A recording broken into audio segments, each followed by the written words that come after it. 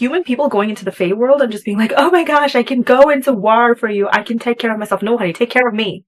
You are filthy rich. Take care of me. Hi, welcome or welcome back. My name is Ansu. Sometimes you just gotta sit down and do an old-fashioned book haul. It has been a long time since I did a book haul. I just don't know why I haven't posted any book hauls really, but I've been buying books like an insane person.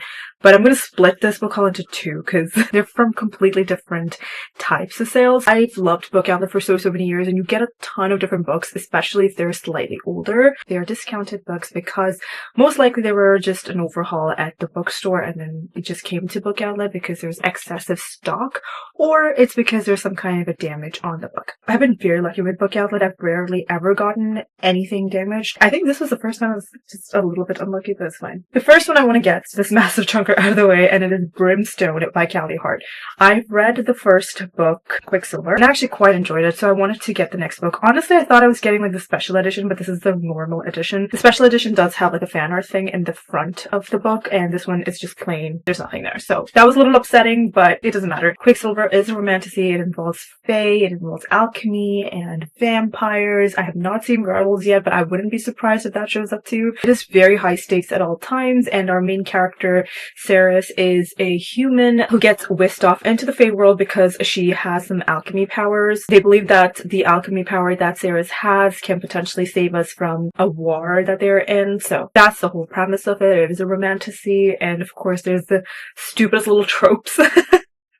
But I actually really liked the first book, so I definitely was excited to get this one. I'm a little disappointed that this is not the special edition, but honestly for like $14, I'm not complaining, you know what I'm saying? So, okay. The next one, okay, I kind of got this on a whim because I've seen this on the Goodreads Choice Awards, and this is A Shield of Sparrows by Debbie Perry. I have no clue what this is about. I'm assuming it is also a romantasy, but it has to be a fantasy. That's about all I know. You need to understand the pricing of books in Canada. This hardcover book, if you're buying it at regular price, is $43.99 Canadian. $43.99. Are you joking me? I think this was like $15 as well from what I got, but like, Jesus, that's a lot of money. Anyway, the excerpt says, if you're not terrified, you're doing it wrong. Long ago, the gods unleashed monsters upon the 5 kingdoms of Kilandro to remind us that humans are insignificant, that we must pray to the gods for mercy throughout our fragile, fleeting lives.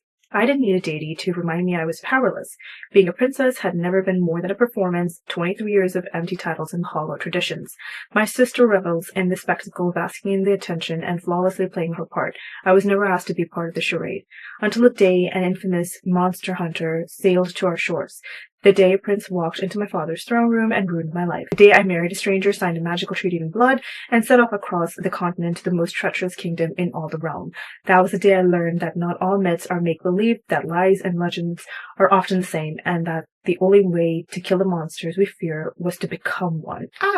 Okay, that sounds really cool. Honestly, I didn't know a thing about this book, but I've seen that it is one of the Fantasy's nominations, and I was pretty excited to see what I thought about it. I haven't really heard any reviews on it. I don't know anything about it, but I really don't know much about it, honestly, but I just really wanted to give it a shot, and so I just got this one. The next book I got was Red City by Marie Lu. I've read a few books by Marie Lu, so I was very excited to see this one, and also, the hardcover, the original price of the hardcover, $41.99. I'm telling you, book prices are insane. The books on my shelves probably cost more than my life at this point. It has alchemy, it sounds a tiny bit dark, and I think it'll be really fun. The cover was quite honestly really cool, so I just wanted to give this a shot as well. But it has alchemy, so I'm assuming that the powers that the main character has is also going to come into use. Kind of similar to Quicksilver, but like a different story, obviously. So I'm really looking forward to this one as well. The next one I got is just to finish my set of books, and that is Assistant to the Villain by Hannah Nicole Mirror. This is the first book of the series, obviously. I do have the second and the third book already, and I love them. I think this is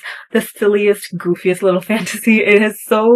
It is very low stakes, honestly. Well, it is not low stakes, but it feels so silly. Our main character is human, and she is in the situation where she's going to be an assistant to the villain, and the villain is really pissed off because, everyone has to be scared of him. But this girl is just so chill. She does not care. She doesn't think anything is going to happen to her because of the villain, and things are pretty bad in the city that they're living in, and everyone obviously blames the villain, and everyone is scared of the villain, except our main character, Evie Sage. Evie is such a sweet person. She's like living on cloud 9. in all like rainbows and sunshine, even though her life is absolutely terrible. She's such a sweet, sweet person, and she works with the villain, and she has this humor to her. There's just this sense of comedy in the series, and it's just really fun. I love it. I know a lot of people might not agree with it, but I just honestly have such a good time reading it. I wanted to finish up my collection. The 4th book is coming out later in this year, so I'm excited for that too. I just wanted to get this, that's all. The next 3 books I got are from the same author.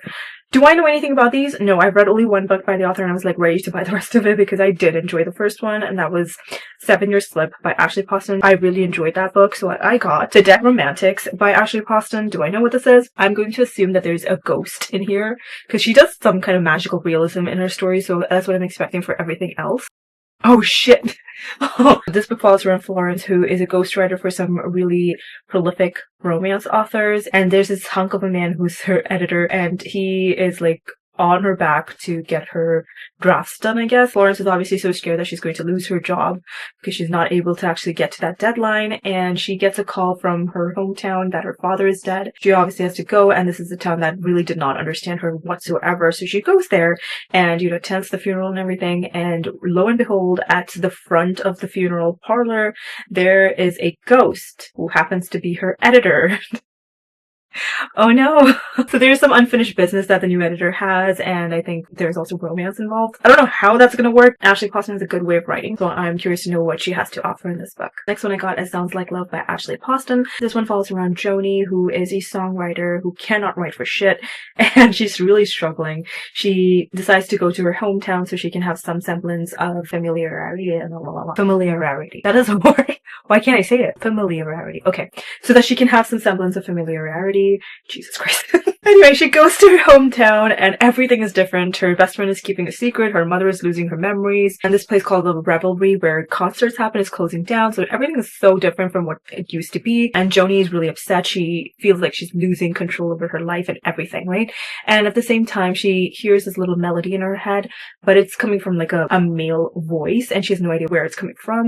And then she actually meets a real person, and it's not just a figment of her imagination. And these two characters decide that, you know what, we're going to break this connection by actually finishing up the damn song. That connection is what we're kind of following around. I'm really excited to see how this is going to go through. They're all like magical realism books with romance, so I'm really excited to see like how that's going to go, because that sounds really promising. I like that premise so much, so looking forward to that. The last Ashley Poston book I got was a novel love story. I actually love the premise of this book. This one follows around Elsie, who loves reading romance fiction, because at least in romance fiction, you don't get left at the altar. She's going to this annual book retreat, but on her way there, she actually somehow gets into this town that is straight out of one of her favorite series. She's living in a book series that she hasn't read. That is insane. I think this book has the best premise because as readers, I feel like that's something that all of us want. Okay, maybe not quite a lot of us, because like some of us like fantasies too, so I don't think you want to die. Let's be real. We wouldn't survive a single day in a fantasy world. And people are like, oh my god, let me jump into what? No, honey. What is wrong with you? Why would you do that? You're likely going to die. You're not likely. You're 100% going to die. Human people going into the Fae world and just being like, oh my gosh, I can go into war for you. I can take care of myself. No, honey, take care of me. You are filthy rich. Take care of me. Okay, rant over. Moving on. I got Bright Young Women by Jessica Knoll. This came out in one of the older Goodreads Choice Awards as well, and I was very curious to actually read this. I think this is one of the thriller books. This falls around this girl who's trying to investigate into a serial killer who she thinks got to her best friend, and I think they're just coming together to figure out who this dude is and why they're doing the serial killing. That's about all I know, and I don't really want to know much more about it because it is a thriller, so I think that's the whole appeal of thrillers as well, just to not know much about it and just enjoy it. That's why I'm going into it completely blind, so I'm looking forward to it. The next book I got, I think this is book 3, don't judge me, but this is a historical romance. I thought this was more of a thriller, but anyway. I got Gabriella and His Grace by Liana de la Rosa. So Grace, Gabriella, it's not Grace, who tells Grace? Oh, His Grace, no. Wait, it does say Gabriella. It says Gabriella Danas. Gabriella, or FMC, is the youngest of 3 daughters, I think. Her dad is obviously so upset because he wants her to settle down, get married and stuff, and she obviously does not want to do that. She wants to be a free bird, and she kind of strikes up an agreement with this dude, Sebastian, who is a duke. He's going on this trip to Mexico, and that's apparently the only way that he can save his family's estate. So they work together to like escape, I guess, and that puts them into close proximity. Romance ensues, I think. I don't really know much else. And I don't really mention much else, but it sounds so cute. I saw someone talk about the series and it was on my radar, and I saw it on Book Outlet and I was like, yes. Yes, I'm gonna get that. It is the third book. And are we gonna read the rest of it? Who knows? The last one I got, this is the only book that was slightly damaged and I was very, very upset. And that's A Perilous Undertaking by Diana Rayborn. It is the second book of a Veronica Speedwell mystery series. I think there's like 20 books in the series. Okay, maybe like 10, but like it's a lot of books in the series. And the damage is in the cover. Like it's folded a little bit. I was so upset when I saw that. Everything else looks fine. It's just like a marking dot or something like that, which is fine. But this one had the damage. I was so upset. Do I know anything about this either? Nothing. I got nothing for you. But I do think this is more like a historical mystery situation where Veronica Speedwell is like a detective sort of, and she's working with this guy and trying to solve some mysteries. That's all I have. I don't really know much else about it. I've heard so many good things about this entire series, so I just wanted to start somewhere, and this is the only book that was available, which was not like the 10th, okay? Yeah, okay. Those are all the books that I got in this little Book Outlet haul. I hope you guys enjoyed. If you found anything interesting in here, definitely check out Book Outlet. I think they have such a good selection. Obviously, this is not sponsored, so free promo for you guys, I'm just saying. So there's some great books if you want to check it out. But yeah, I got like 10 books and that was very exciting for me personally. My bookshelves are looking a little empty because I did do a little bit of an unhaul. So obviously I needed to fill it up. That's very logical, right? That's it, you guys. I'll see y'all next time with another one. Until then, I'll talk to y'all in the comments. Bye!